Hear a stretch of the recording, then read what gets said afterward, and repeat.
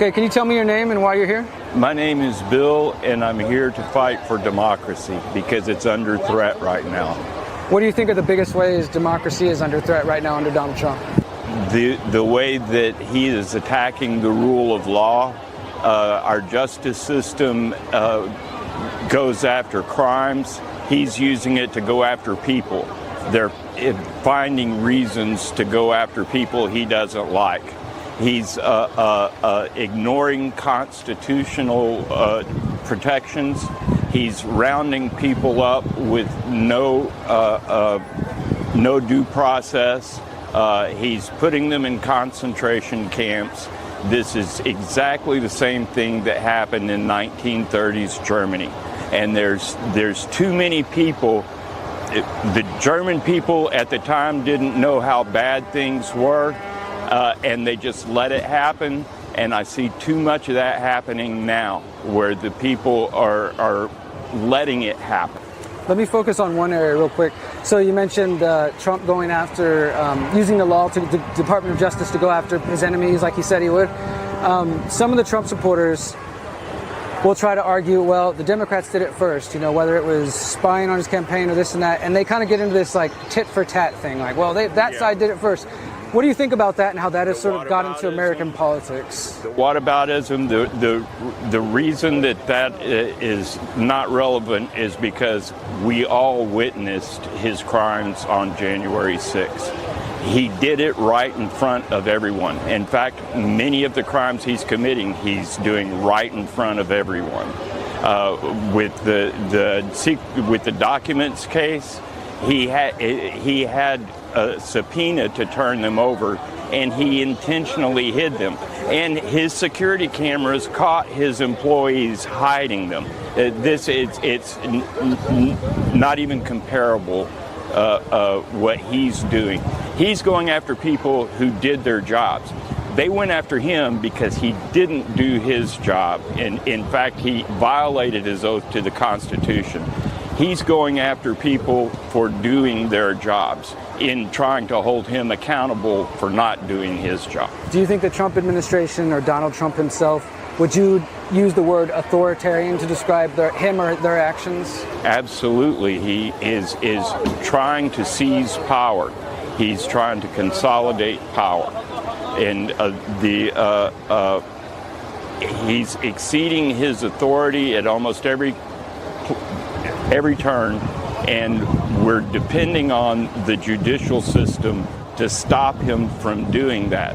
And in some cases, the judicial system has, and in some cases, the judicial system has given him more authoritarian power.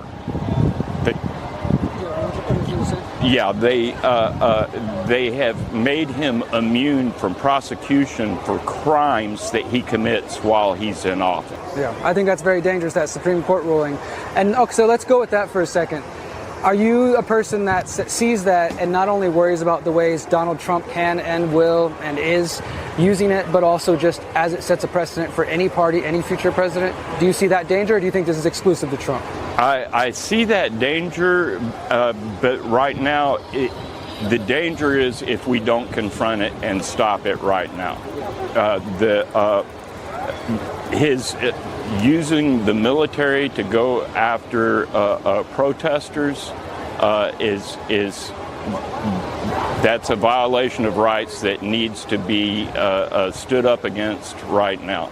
Let's talk about that for a moment. So he's saying he's sending troops into Portland, Chicago, Memphis, a few other places, D.C., and similar but different reasons in each places. And Portland basically saying, it's a war zone.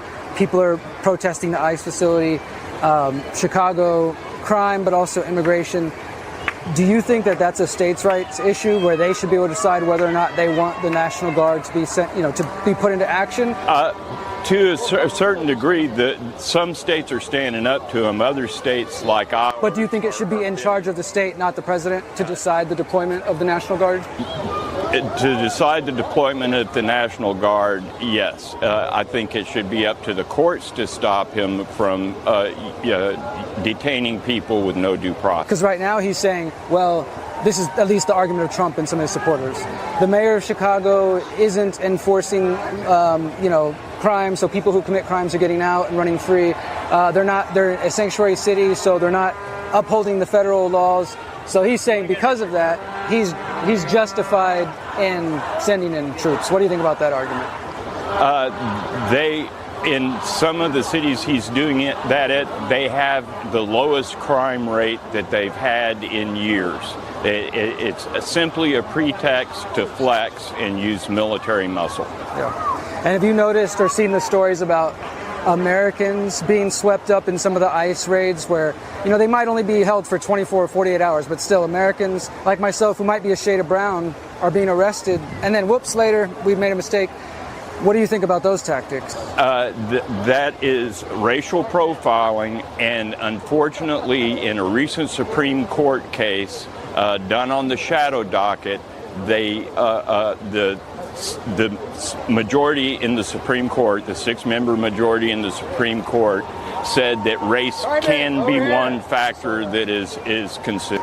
Which basically kind of codified what the NYPD was doing after 9/11 with the stop and frisk laws there. But in that case, it wasn't Hispanics, it was Muslims. Or what they were doing back in the 70s and 80s where they were stopping the government's black clearly used these policies in different ways. And then that's the other thing, too, is that we see both parties using these tactics. Myself, I tend to worry about how what I sometimes call the baton of tyranny gets passed back and forth by one party. So let's say 9/11, Bush, torture, invading countries. Obama says he's going to do something about it. He's going to hold people accountable. Then let's not look back. Let's look forward. Continues the policies, expands them with drone bombings. Trump comes in, drops even more drone bombs than Obama. It's like they keep expanding on their predecessors' policies. They differ in some very important ways, but when it comes to the military-industrial complex, surveillance, war, it seems like both parties, there's plenty of money for Israel, there's plenty of money for the weapons, and that's, despite those differences, which are important, I think they very much are in alignment on these areas, and Trump, in some ways, is just continuing policies that Biden did before him, and Trump did before him, and Obama did before him. What are your thoughts on that? My thoughts are that both major parties, the Republicans and the Democrats, have been too long owned by the oligarchy, by the as you said, military-industrial complex. But not just them, the business interests, the donor class And now you got the big tech companies too who are getting in on that, like Palantir and these other big firms who are not just making technology, but now making military AI technology. And they're making surveillance technology, and they're in bed with the government. Yeah. So with all that said, do you have hope for the future?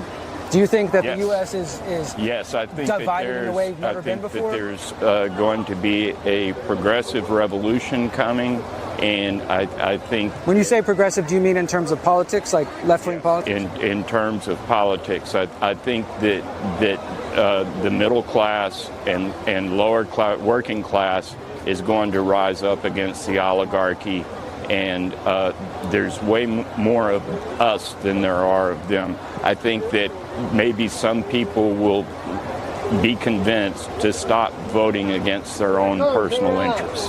What would you say to a Trump supporter who feels that same way, that they feel like a progressive or a Democrat, etc., whatever labels they want to use, a liberal, is, in their eyes, voting against their own interest? How do we bring the country together? Because I've asked every person here today this question. Do you think we are more divided than we've ever been? And if you do, or however you feel about that, how do we bridge that divide, however big you think it is? I don't think we're more divided than we've ever been. I'm old enough to remember the civil rights movement in the 60s and how divided things were then. And at that time, it took government intervention against people's rights being violated. Now we're having government intervention in favor of violating people's rights. So we have to change the government enough that that they will put an end to people's rights being violated by the government. Okay, just two more questions. When you say progressive revolution, do you mean in terms of politics, or do you think that we need to have like a political movement that does in some way usurp power to kind of put these views into place? I think that I think that it can be done within one of the political parties. There are people in the Democratic Party, I'm thinking Bernie Sanders, AOC, Jasmine Crockett, who spoke here earlier, that are giving voice to the progressive change that I think the country needs. Okay.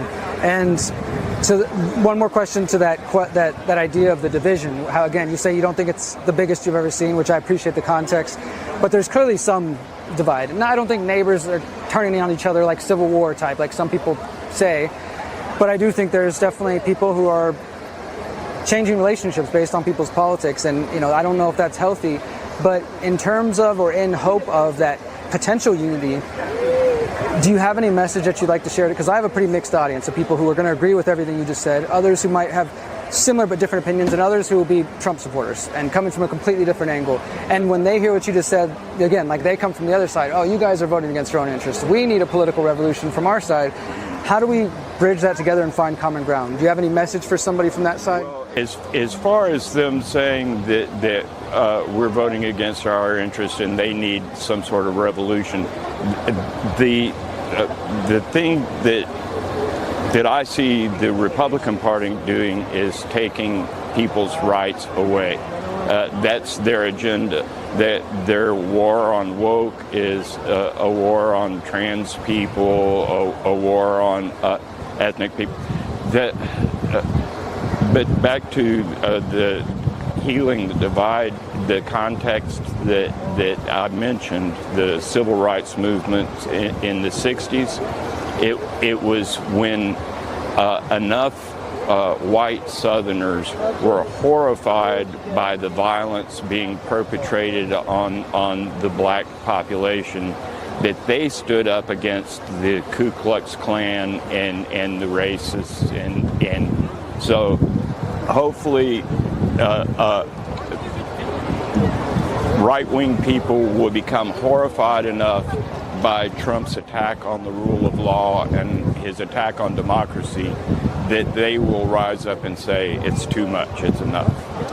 One last question that I promise is the last one. It came to mind when you were talking there. What would you say to somebody who says that both parties are part of the problem and we're not going to be able to fix this with politics? That is what America does. It fixes problems with politics. I mean, the alternative is what countries do, where they have a revolution so that most violent group seizes power. In America, we don't do that. We have political discourse and we settle our problems through politics. Do you think those are the only two options, politics or violence, or is there other ways people can try to affect Those change? are the only two I can think of. Yeah, on a major scale, you would say? Yeah. Okay. All right. Well, thank you so much for your time. I appreciate it. You're welcome.